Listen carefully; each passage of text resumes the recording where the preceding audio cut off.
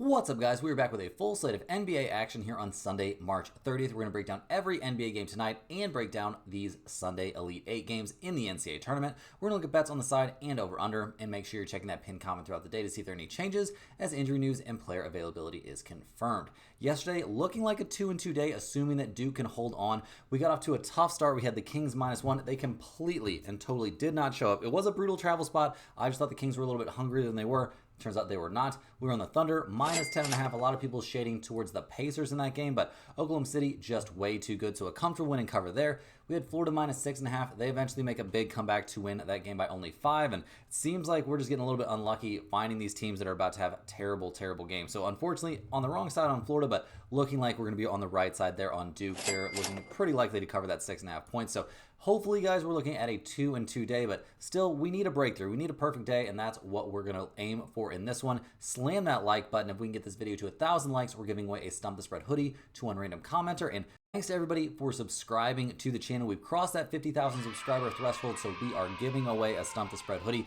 To enter this giveaway, just comment below. Get in the comments, say something, and you will be entered for that giveaway. I will be, doing one of those raffles. It'll pick one random commenter, and that's who will get the hoodie. I'll get in touch with you through the comments, and then we'll get you to email your information to Stump the Spread, and then we will go from there, getting that hoodie out to you. If you're a huge fan of what we do here every single day, sign up for a channel membership by clicking the little join button right below the video. Channel members get exclusive early access to all my videos, get their names up on screen in every video, and get access to our monthly members only giveaways. We're going to roll for that hoodie that was unfortunately not able to be given to the winner of last month. We're going to re-roll for that one in tomorrow's video. I didn't do it in this one, so guys, we're going to do it in tomorrow's video.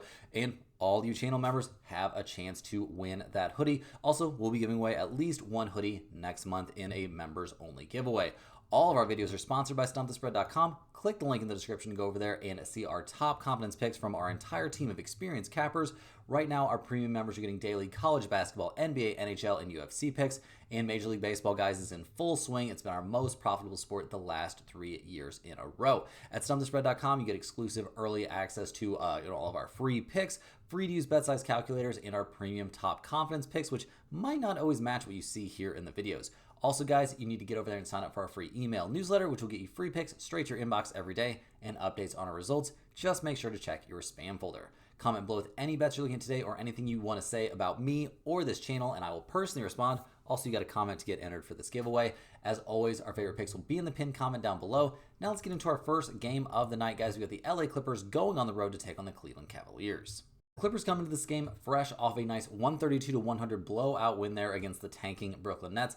The Clippers playing great right now, guys. No way around that. They've been playing really, really well. They currently find themselves in the 6th seed. They're tied there with identical record with the Golden State Warriors. So going to be quite a battle down the stretch to see who actually comes away, with that 6th seed. Although Memphis kind of free falling right now, but the Clippers 8-2 over their last 10 games in that win against Brooklyn. Saw a lot of things that we liked. Zubac, doing some good stuff out there. Kawhi playing so well and looking so healthy is really the crazy thing here for the Clippers. Like, I did not expect to see this version of Kawhi Leonard this season, but dude went out and put up 31 points, albeit against a bad opponent, but still, he has been playing amazing night in and night out. And yeah, even, Harden not having the most productive day, only 17 points was still a plus 34. And honestly, the whole starting lineup played well. We saw Patty Mills play well off the bench. That could be an interesting bench weapon there for the Clippers. And yeah, they had a great game. They shot over 50% from 3.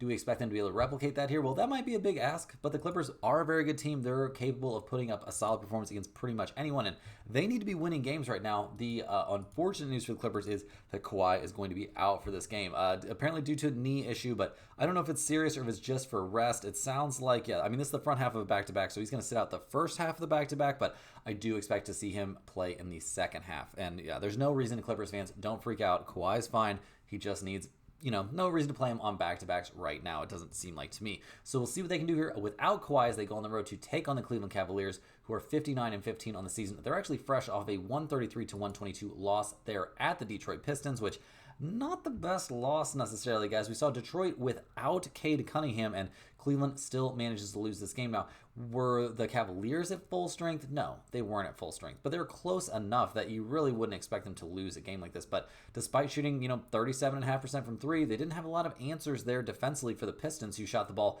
uncharacteristically well from deep and did a good job on the board. So the Cavs definitely in a bit of a bounce back spot. Not a team that has to be too wrapped up in wins and losses right now. I mean, they are only 4 games up on the Celtics, though, so maybe they need to be a little bit worried. But not time to panic yet. Although Boston playing really, really well, and the Cavaliers are only 5-5 over their last 10 games. So we'll see how things look here for Cleveland.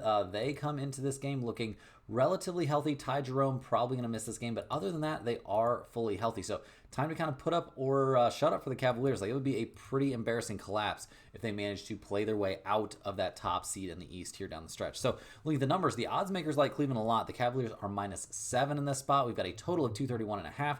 The Clippers 16-21 against spread on the road, 24-17 against spread after a win. Cleveland 20-15-1 against spread at home, 6-8 against the spread after a loss. So not necessarily a team that bounces back in an amazing way, but guys, I think I like the Cavaliers here at -7. I'm not sold on the Clippers here without Kawhi. I know they've played, plenty of games without Kawhi and all that jazz, but I don't think that's really going to be a great look for them. I think they need him out there to be the elite team that they look like, and Cleveland should be determined to get a win here. Also, the Clippers in the front half of a back-to-back, I don't think we're going to see everybody play maximum minutes or maximum effort, so go ahead and give me the Cavaliers at home in this one. Next on the docket, we're looking at the Portland Trailblazers heading to Madison Square Garden to take on the New York Knicks. The Blazers 32-42 on the season. They've lost their last 3 in a row, losing a pretty important one there against the Sacramento Kings.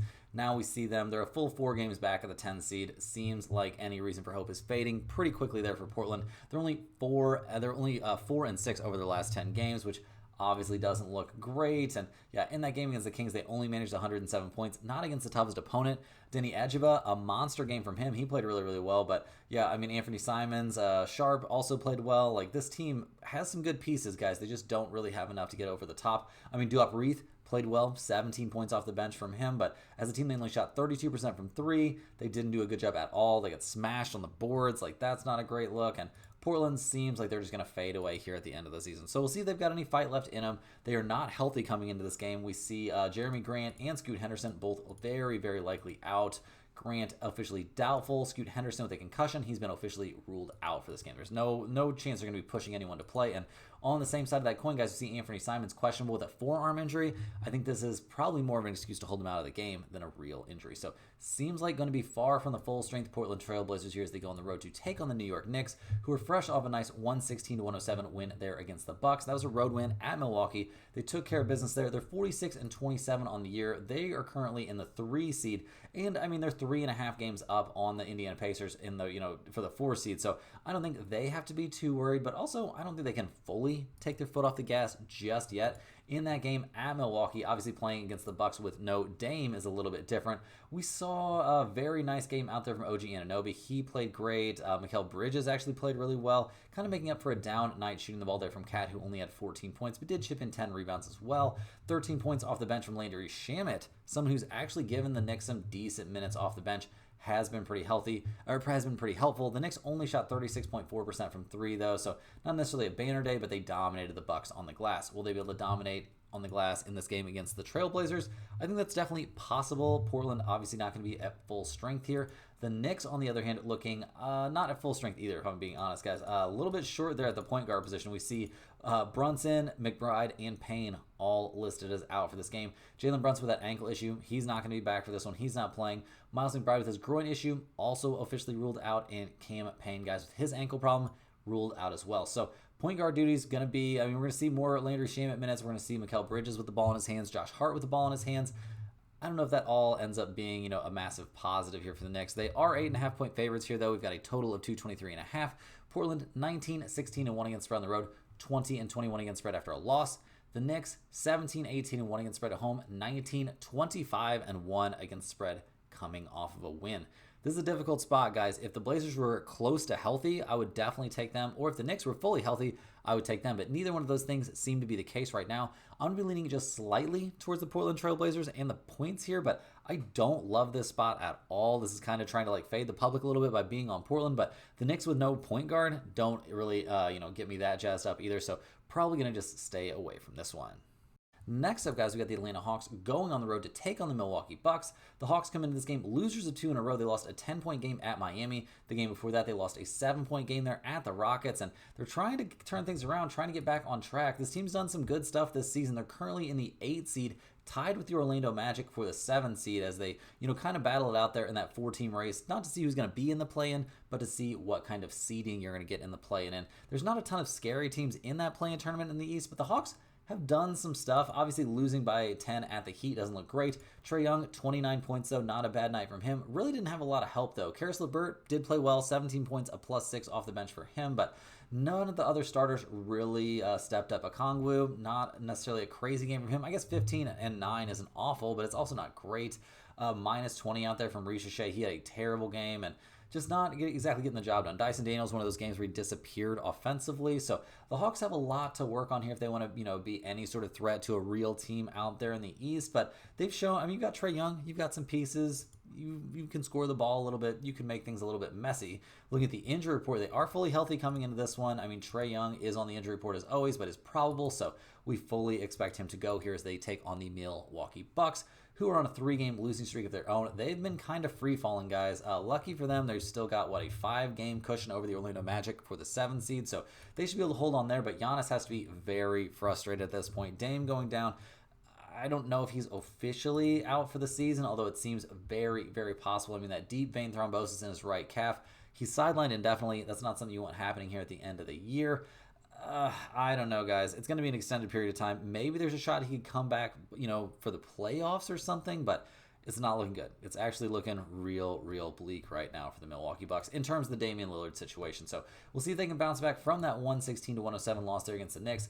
Giannis putting up 30 very efficient points. Actually shot the ball well from the free throw line for a change, but yeah, despite 20 from Kuzma and 20 from Ryan Rollins, it just was not enough. This team doesn't have much of a bench. Even on nights where they shoot the ball pretty well, their lack of rebounding can be a big problem, and just not a lot of light at the end of the tunnel here for the Milwaukee Bucks, if you ask me. This is a team that was supposed to be scary in the playoffs. Without Dame, they are not scary. And looking at the injury report, they're fairly healthy, obviously with the major exception there of Dame. Giannis, as always, is on the injury report, but listed as probable, and AJ Green is questionable with a right AC joint sprain. So in terms of the numbers for this game, we see the Bucks are actually 4-point favorites. We've got a total of 233.5.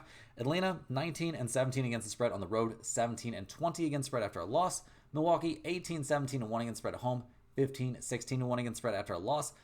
I don't know that the Bucks deserve to be favorites in this spot. I'm going to be real honest, guys. I think the Atlanta Hawks getting 4 points in a bounce back spot. Not that they've been a team that's been great at bouncing back this season, don't get me wrong, but I think they find a way to put up a lot of points in this game. You could also interest me in the over. I think the over is relatively reasonable here. If both these teams have good shooting nights, they could crush this number, but I think the Hawks here make this either a one-possession game down the stretch or win it straight up. Milwaukee is in a really bad situation. Next on the docket, we're looking at the Detroit Pistons going on the road to take on the Minnesota Timberwolves. The Pistons, 42-32 on the season, winners of 5 out of their last 6 overall. They're having a pretty good season, guys. Managed to get wins without Cade, has to feel great. They're only 1 game back of the Pacers there in the race for the 4 seed. Who would have thought we were going to be talking about the Detroit Pistons potentially having home court advantage here in the opening round of the playoffs? That would be pretty wild stuff. In their 133-122 win against the Cavaliers, Cade didn't even play in that game. We saw Tim Hardaway Jr. have one of those nights, guys. He put up 32 points and was shooting the ball pretty well. 7 of 11 there from long range. Malik Beasley also played well. 19 points from him in the starting lineup there due to that Cade injury. And Schroeder had a decent night. Not necessarily shooting the ball, but had 10 assists and 7 rebounds. He played well. And yeah, this team, guys, is a little bit feisty. I don't think it's completely out of the realm of possibility that they could give somebody a 7-game series or even steal a series there in the first round of the playoffs, especially since it's looking very likely they could end up being a 4 seed. So we'll see what happens with these Pistons, guys, but I'm feeling good about them, and I'm very, very happy for all those long-suffering Detroit Pistons fans out there. They've been through the valley of shadow, guys. It has been pretty brutal to be a Detroit fan, and having a borderline terrorist as a coach, like he was terrorizing that fan base, terrorizing that team last season, and that has not been the case this year. So we'll see what they can do. It appears that Cade is going to be out for this game. Also, he's doubtful officially, so I'd be shocked to see him play. We see Tobias Harris and Dennis Schroeder on the injury report as well. Harris, guys, he's probable for this game, so it sounds like he's going to be out there, and also Dennis Schroeder is probable as well. He's going to be getting those starting point guard minutes, I would assume, in this spot, so I don't think he's going to be wanting to miss this game as they go on the road to take on the Minnesota Timberwolves, who have been a little bit all over the place, to be honest. They've actually lost 3 out of their last 5 games, despite playing the Pelicans twice and the Suns, and I don't know. It's hard to figure this Timberwolves team out, guys. I'm gonna be real honest. They have some very high highs, some very low lows. A lot of people are saying they're gonna be a super tough out in the playoffs, but their regular season record wouldn't really indicate that. They're currently sitting in the 8th seed, only a half game back of the Clippers and the Warriors, who are battling it out for that 6th seed. So they're live to miss the play-in, to get out, to play their way out of the play-in tournament and be, the 6th seed, but I don't know. I've got a hard time figuring this team out. They're coming off a 124-109 win there over those Phoenix Suns, so that's nice. We did see Anthony Edwards take a pretty wicked elbow in that game, so that's a concern. We'll be checking up on his injury status very, very soon, but Julius Randle played well and probably isn't going to be too upset to be the main character for a little bit. Big contributions off the bench from Dante DiVincenzo. Naz Reid really has just struggled to find his way this season, to be honest. I've been very underwhelmed by what we've seen from him, given what the expectations were. Jaden McDaniels having a decent game out there. Rudy Gobert, I guess, doing his thing. 17 points, 13 rebounds, a plus 20 out there. But how often can you count on Rudy Gobert actually playing offense well? Not very often. Not very often, in my opinion. So we'll see what the Timberwolves can do here. Obviously, they need to be winning these games. They should be in desperation mode, and everybody's healthy and ready to go. So all signs point to the Minnesota Timberwolves having their full roster to run out there, and the odds makers like Detroit. They're -7 in this game. We got a total of 226.5. Detroit actually 22-13-2 against spread on the road, 20-19-2 against spread after a win. Minnesota 15-22-1 against spread at home, 19-22 against the spread after a win themselves. This is a weird spot, guys, because we don't know for sure about Cade, but I'm going to go under the assumption that he's going to sit this game out, and that makes me like the Timberwolves at -7. I think they get the job done here. I think they're the better team. Obviously, we got to monitor that Anthony Edwards situation, but it seems like he should be fine. I don't think there's any, huge worry there. He should be okay. I mean, he came back into the game, so I think he'll be okay, and I think we see the Timberwolves get a convincing win and cover here under the assumption that Cade does not play. Next up, guys, we have the Charlotte Hornets going on the road to take on the New Orleans Pelicans. The Hornets come into this game losers of their last 4 in a row, and they're fresh off a loss against the Raptors, which it's kind of embarrassing when you're losing against the other tanking teams, but that's the point because you're rewarded for being terrible in the NBA, which I don't think is great. I kind of wish we could do something about that, but we'll see what happens with that, down the stretch here, down the road in the NBA season. But nothing happened in this year, and the Hornets continue to lose games, and they are getting really, really, really good at it, guys. I mean, putting up only 97 points there against the Raptors. This team looked terrible. Every starter posted a negative plus-minus. Everybody on the bench posted a negative plus-minus. They shot 29% from 3. They did end up with a big rebounding advantage, which is kind of shocking to see. Mark Williams putting up 12 boards and 5 assists. He was kind of hooping out there, but 9 of 9 from the field. He's not buying into this tank, but everybody else is, guys, and it's getting really, really bleak there for the Charlotte Hornets. I mean, they come into this game, lots of dudes on the injury report. Obviously, the big news would be them shutting down LaMelo Ball for the season, which, I mean, why not at this point? That's fine. Josh Green out, Mark Williams out, Seth Curry out, Josh Okogie and probably out, I would say. He is currently listed as probable, so I guess he is going to play, but everybody else, guys, sounds like they are going to be sidelined, and this is the tanking just continues here for the Charlotte Hornets as they go on the road to take on another at least somewhat tanky team in the New Orleans Pelicans. They're up to 20-54 on the season, so they're doing some trying, I suppose. They've beaten teams like the 76ers and the Timberwolves recently, but it hasn't been pretty. Their last game against the Warriors, they lost 111-95. They're not putting their best team out there, if I'm being completely honest, guys. I mean, we're seeing Bruce Brown lead the team with 18 points. That's pretty embarrassing stuff. We need to do something about this tanking, but maybe we can take advantage of this and find some value out there because, not a great looking game there from the Pelicans. They got pretty smashed by the Warriors. They got out-rebounded in that game. They lost convincingly despite the Warriors shooting 13 of 55 from 3. You're not going to see that too often. Steph only went 5 of 16 from long range. He was a plus 10, scored 23 points, but nothing too great there from the Pelicans as they, pretty much sat everyone. And maybe that's a trend we could see them continuing to follow. I mean, it looks like we've got McCollum, Zion, Jordan Hawkins, Kelly Olynyk, all on the injury report. Apparently McConnell, guys, with his foot issue, he's been ruled out. He will officially not play in this game. Zion with his back issue, his apparent back issue, also won't play. Jordan Hawkins with a back issue is questionable, and Kelly Olynyk is questionable due to left Achilles tendinosis. So, 2 aggressively tanking teams. Who's going to be the worst at tanking? Who is going to put players out there that are going to refuse to actually tank? Well, guys, in my opinion, it looks like this is going to be a situation we want to take the New Orleans Pelicans at home, but we'll see. The Pelicans are minus 3.5 in this game. We've got a total of 216.5. Charlotte 16-19-1 against spread on the road, 25-29 against spread after a loss. The Pelicans 19-16-2 against spread at home, so above 500 against spread at home. They're 22-30-1 against spread after a loss. But I'm taking the Pelicans here at minus 3.5. I'm not going to be, putting a tanking team in the pinned comment and telling you guys to like follow that play. That seems a little bit crazy, but I do think there's value here on the Pelicans. I think guys like Jose Alvarado, not really going to be tanking. Bruce Brown, not really going to be tanking. Some guys that are playing for their future. And the Hornets, I don't know, man. They just seem very, very ready to just pack this thing in. So we'll see what happens, but go ahead and give me the Pelicans minus 3.5 as a small lean. Next up, guys, we got the Golden State Warriors going on the road to take on the San Antonio Spurs. The Warriors come into this game fresh off that 111-95 win there at the Pelicans. They need to be winning every game they possibly can. They're currently technically behind the Clippers, but they're tied in terms of their record here for who's going to end up with the 6th seed and avoid the play-in tournament. So Golden State needs to be in absolute desperation mode. The playoffs are kind of already going on for this team, or at least that's how they should be looking at it. But they did not play that well in their matchup against the Pelicans, guys. Steph played 34 minutes, but it was only 7 of 21 from the field, 5 of 16 from 3. He was plus 10, had 23 points, led the team in scoring, but it was really contributions coming off the bench that kind of put this team over the top. Kuminga, 16 points off the pine, 15 points from Quentin Post, and Buddy Hield putting up 11 points in his 23 minutes. So we're not getting too excited about that, but Jimmy Butler kind of stuffed the stat sheet, a plus 7, 18 points, 10 boards, 4 assists. He was doing his thing out there. Only 1 of 6 from 3, though, is concerning, but that's part of his game, really. Podziemski, not a good night. This is somebody the Warriors are going to need to play really, really well in the playoffs so they won't have a chance, but Bro was only 4 of 11 from the field and 1 of 7 from 3 in the game. And the Warriors in general couldn't throw it in the ocean from deep. So well played to still get the win here, the convincing win. So we'll see if they have a bounce back shooting night in them. They could definitely use it.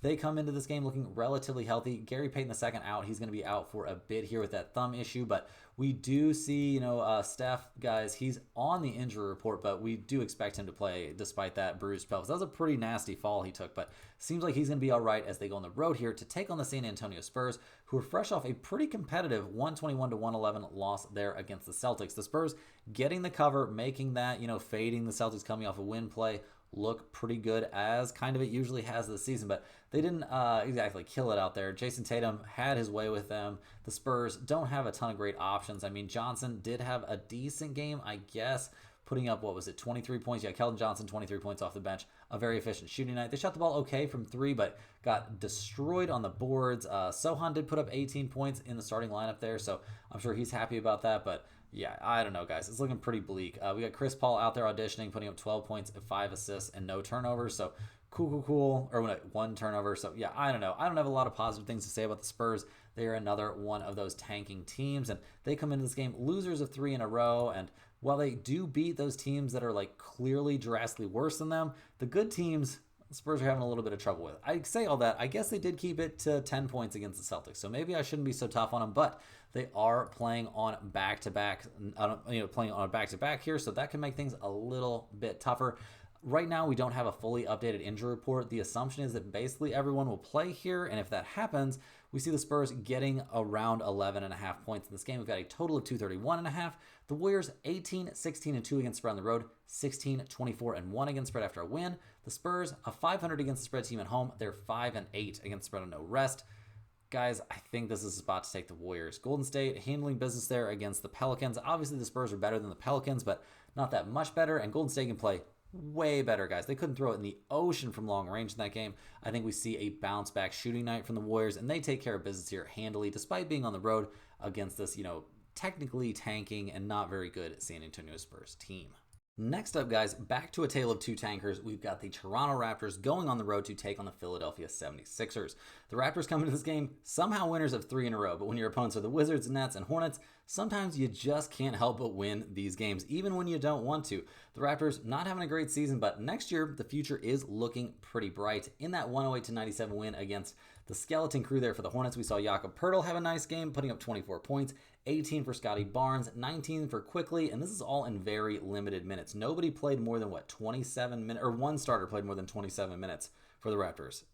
They're not trying to win games right now. It's just happening on accident. They can't help it. They're trying to do everything they can, but they are unable to do that. They got out-rebounded in that game, but still won by 11. Playing against the Hornets right now is pretty crazy, guys. Pretty crazy, the drastic tanking going on right now in the NBA. So we'll see what the Raptors can do here, see if their win streak continues. I don't know what they're going to do to avoid it, aside from sit everybody. And it looks like that's a possibility. Maybe not everybody, but quickly, Grady Dick, Jakob Poeltl, all looking pretty likely to sit this game out. Yeah, quickly, 100% out. Grady Dick, 100% out. And Jakob Poeltl, guys, needs to rest. He is 100% out as well. So we're going to see a starting lineup that looks like something like RJ Barrett, Scotty Barnes. Other than that, not looking great. Magobo might get in there. Jacoby Walter might get in there. Yeah, I don't know. I don't have a lot of positive things to say about all this tanking that's going on. It seems pretty crappy to me. So we'll look at what they can do here on the road against the Philadelphia 76ers, who are a very good team at tanking, guys. They're great at losing. They've lost, their last 7 in a row. They just lost to the Heat. So yeah, that's not looking too good. They're gonna, that happened last night, so they're playing on no rest here. And in that 118-95 loss, guys, I don't know. I don't even know why we're looking at this box score from the 76ers. Like, this is a team that's trying to lose. Yabusele managed to score 1 point in 30 minutes. That's pretty impressive. Justin Edwards, decent night, 17 points from him, 19 there for Jared Butler. But this is basically a G League team at this point that they're putting out there. I mean, Quentin Grimes has his moments, but he only played 30 minutes, scored 15 points, and managed to be a minus 22. Like, this is not a real NBA basketball team right now. They shot 40% from 3 and still got blown out by the Miami Heat. It's not good, guys. It's not looking good for the Philadelphia 76ers. Maybe next year will be better, but you better hope Embiid was able to find a new leg or something, because it has been pretty tough. We see them, looking healthy given who they, continue to play out there. Obviously, no Maxey, no Kelly Oubre for this game. The usual suspects will be on the floor there for the Philadelphia 76ers, who are getting 3 points at home. We got a total of 221. Toronto actually 22-14 against spread on the road, 17-9 against spread after a win. The 76ers 11-23-1 against spread at home, 6-8 against spread on no rest. I'm taking the Toronto Raptors here, guys. It doesn't feel great because they're a tanking team, but this really might end up in the pinned comment. Nobody for the 76ers is going to be trying. They're supposed to be losing these games. They're playing on no rest. They're going to be exhausted. All these numbers for Toronto drastically point in their favor, and it's only 3 points. The Raptors have been winning games despite their front office's best efforts. Give me the Raptors here at -3. Next up, guys, we have an actual interesting game. We've got the Houston Rockets going on the road to take on the Phoenix Suns. The Rockets come into this game winners of their last 2 in a row and playing pretty well here down the stretch.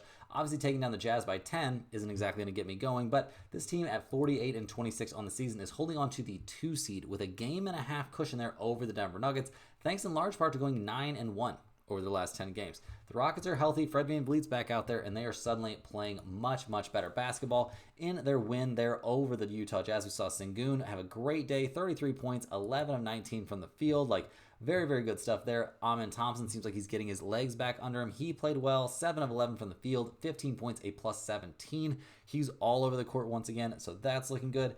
VanVleet, only 4 points in the game, but having him out there to keep the offense organized makes a huge difference.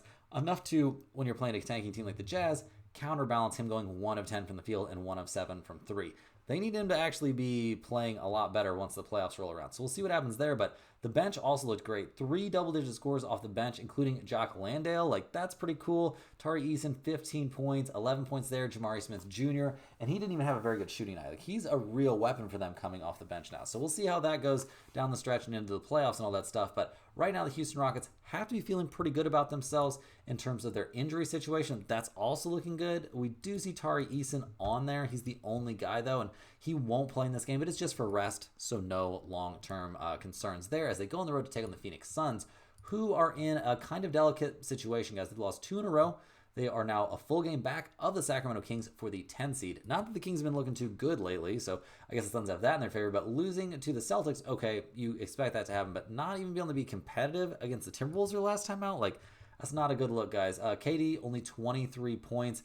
Anthony Edwards, 25 points against them. Yeah, not great. Colin Gillespie putting up 22 and Devin Booker being a -20 and scoring 10 points. That is a huge yikes. Royce O'Neal actually played, maybe not the game of his life, but pretty close. 21 points, 7 of 12 from three-point range. The Suns lost handily despite shooting 48, almost 49% from 3. They got crushed on the boards. Like, I don't know, guys. It's getting pretty bleak out there in Phoenix. They need, like, Durant and Booker both have to play amazing on a nightly basis, and then somebody else has to chip in. I don't know. It's tough. It's a tough situation for the Suns. Bradley Beal's still out, obviously. I don't think they care about that. I think that's their preference. But when your second unit looks like Tyus Jones, Colin Gillespie, Grayson Allen, Royce O'Neal, and sometimes Bol Bol, sometimes Mason Plumlee, like, I'm going to have a hard time getting too excited or having too much faith in you. But the odds makers think this should be a close game. The Suns are getting a point and a half. We've got a total of 224 out there. Houston 20-14-1 against spread on the road, 24-22-1 against spread after a win. Phoenix 14-22-1 against spread at home, 20-18 against spread after a loss. I don't know if I can really justify not taking the Houston Rockets here. It kind of feels like a trap spot that maybe the Suns will, play great and Devin Booker will have a huge bounce back game or something like that, but I just can't not take the Rockets here. They only got to win this game by 3. They're light years the better team. They play really good defense. They've got guys that can at least slow down Kevin Durant and probably slow down Devin Booker, even if he is on a bounce back game kind of mission. But yeah, give me the Houston Rockets here at -2.5. This is going in the pinned comment. Next up, guys, hopping over to the college basketball side, we are looking at number 2 Tennessee taking on number 1 Houston. The Volunteers have had a pretty good time so far in the NCAA tournament, guys, knocking off Wofford to get things started, a nice 9-point win over UCLA, and then really laying the wood there to number 3 Kentucky their last time out, winning that game 78-65 here to move themselves on to the Elite 8. The Volunteers had a good year out there in the SEC, and they've got a couple things in their favor, guys. Number 1, they're an amazing defensive team. Number 2, they've got some star power out there in both Ziegler and Chaz Lanier. Both those guys played very well against Kentucky, scoring 18 and 17 points respectively. Tennessee won this game handily despite shooting only 5 of 19 from 3. They did a very good job on the boards. They out-rebounded Kentucky 34-24, so that's very good. And they did a good job taking care of the ball, only 8 turnovers out there. So really good stuff up and down the lineup. 16 points from Jordan Gainey off the bench. Not something you expect to see on a nightly basis, so they'll definitely take that. And Tennessee, over the course of the season, guys, has been very, very solid, obviously, defensively, and they've been a decent rebounding team. So we'll see what they can do here. Obviously, going up against a team that does some things similar to them, but perhaps does those things better. Tennessee's taking on the Houston Cougars, who come into this game after a weird and wacky game there against number 4 Purdue. I mean, round 1, easily taking care of business. Round 2, knocking off Gonzaga by only 5 points in a game that shouldn't have been that close. And then getting that 2-point win against Purdue here to move themselves on to the Elite 8. The Houston Cougars, I don't know, man. That was a rough one. They couldn't get their normal defense going. They did a good job on the boards, a nice rebounding edge there, but still only managed to win this game by 2 points. They shot 40% from 3-point range. They don't always shoot the ball that well. So, yeah, good stuff there, but man, it was tough. It was tough. They only shot 37.7% from the field in general, and if Purdue would have had a good shooting night, albeit Houston does play excellent defense, so they get a lot of credit for Purdue not having that good shooting night, but yeah, I don't know, guys. It was pretty crazy down the stretch. Houston definitely could have lost that game. Far from being out of the realm of possibility. And over the course of the year, I mean, Houston was by far the best team out there in the Big 12. They've got, definitely tons of talent on this roster. They're an amazing defensive team that can also rebound. Now, the question is, who's better at doing those two things? Is it Houston or is it going to be Tennessee? Well, the odds makers think it's going to be Houston. The Cougars are 3.5-point favorites. We got a total of 123.5. Tennessee 20-17 against the spread, 21-16 to the under. Houston 19-17-1 against the spread, 21-15-1 to the under. Picking a side in this game is going to be a little bit difficult, guys, but I think the best value on this one is to take the under 123.5. I think we're seeing very low scoring, very crazy defense in this game. I think that's going to be the theme here. That being said, if we're taking the under, the points have a lot of value, guys. So I wouldn't fault anyone that wanted to take Tennessee plus 3.5. Are either one of these plays going in the pinned comment? We'll have to wait and see, but I definitely think the under and Tennessee are the plays on this one. Last but not least here, guys, we've got another number 2 versus number 1 situation. We've got number 2 Michigan State taking on number 1 Auburn. The Michigan State Spartans have had quite the season, and they had quite the, we'll cover that last game here in a second. That was a heartbreaker. But they ran roughshod over the Big Ten pretty much all season long. Once tournament time came around, they destroyed Bryant. They survived a tough New Mexico team, and then they had a weird game against Ole Miss that had a devastating ending there for everybody who was on Michigan State minus 3.5. We saw Ole Miss knock down that meaningless 3, or meaningless in terms of the results of the game, but making a 3 at the buzzer when you are down by 6 cost a lot of people a lot of money. So that was pretty unfortunate there for us and everybody else that was on Michigan State, but I think we were on the right side in that one because the Spartans didn't really play their best game. They shot the ball okay. They struggled on the boards, which I did not expect. They turned the ball over more times than Ole Miss turned the ball over. Another thing I didn't expect. Like, this was an uncharacteristic game here for the Spartans. We did see Richardson put up 20 points. That was nice. 10 points off the bench there for a total of 21 bench points. That's not bad. Like, this team, not a bad team, but they did not play amazing there against Ole Miss, and they're going to have to play better in this spot for sure. Over the course of the entire season, they've been an elite rebounding and defensive team. It's time to show that now as they take on the Auburn Tigers, who come into this one, guys, 31-5 on the season, fresh off a pretty convincing 13-point win there against Michigan. Auburn, a 20-point win in round one, a 12-point win against Creighton in their second round game, which looked decent, maybe not incredible in that one, and then really handling business there against Michigan. It's been interesting to see how Auburn has progressed over the course of the season. I would say almost regressed a little bit, but we saw Johnny Broome bounce back in a big way. It took him 21 shots, but he did end up with 22 points and 16 boards and a couple of steals. But bro had 5 turnovers and fouled out of the game, so I'm not about to give him too much credit.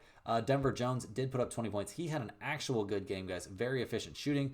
Auburn in general, though, didn't shoot the ball well in that game. Only 28% from 3. They did dominate the boards, though, and that's why they won. Now, will they be able to dominate the boards against a clearly better Michigan State team? I mean, they're clearly better than Michigan, not they're clearly better than Auburn necessarily. But yeah, that seems like a bit of a big ask. And obviously Auburn, a team that's put up insane numbers all season long, I don't know if they've got it right now, though, guys. It feels a little bit sketchy. They're 5.5-point favorites. We've got a total of 147.5. Michigan State 24-11-1 against the spread this season, 25-11 to the under. Auburn 19-16-1 against the spread, 21-15 to the over. Guys, I'm definitely taking Michigan State getting 5.5 points. That's too many points here. I think this game is pretty close to a coin flip. I think we'll see these two teams really battling it out on the boards. A lot is going to come down to, clutch shot making and who can have a better night shooting the ball from distance, stuff like that. But I think regardless, we're looking at a very, very close, very hard fought game. And if we're going to have that on our hands, I will definitely take those 5.5 points.